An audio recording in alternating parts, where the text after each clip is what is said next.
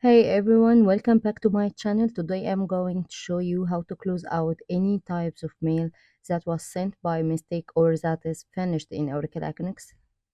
This is an important step to ensure that your mail isn't taken into consideration by the receiving part.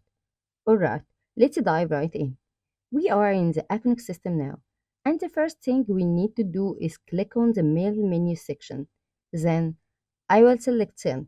This will bring up a list of all types of mail that have been sent through the system. Now, I am going to find the mail. I will choose this mail letter, click on it, and open it up.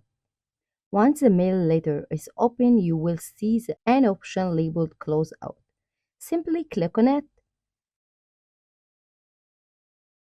and the status of the letter will change to Close Out.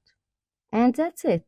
The status of the letter is now marked as closeout. If you're ready to become an Aconex expert, join the Aconex course link in the video description and let me know in the comments if you have any question. I would love to hear from you.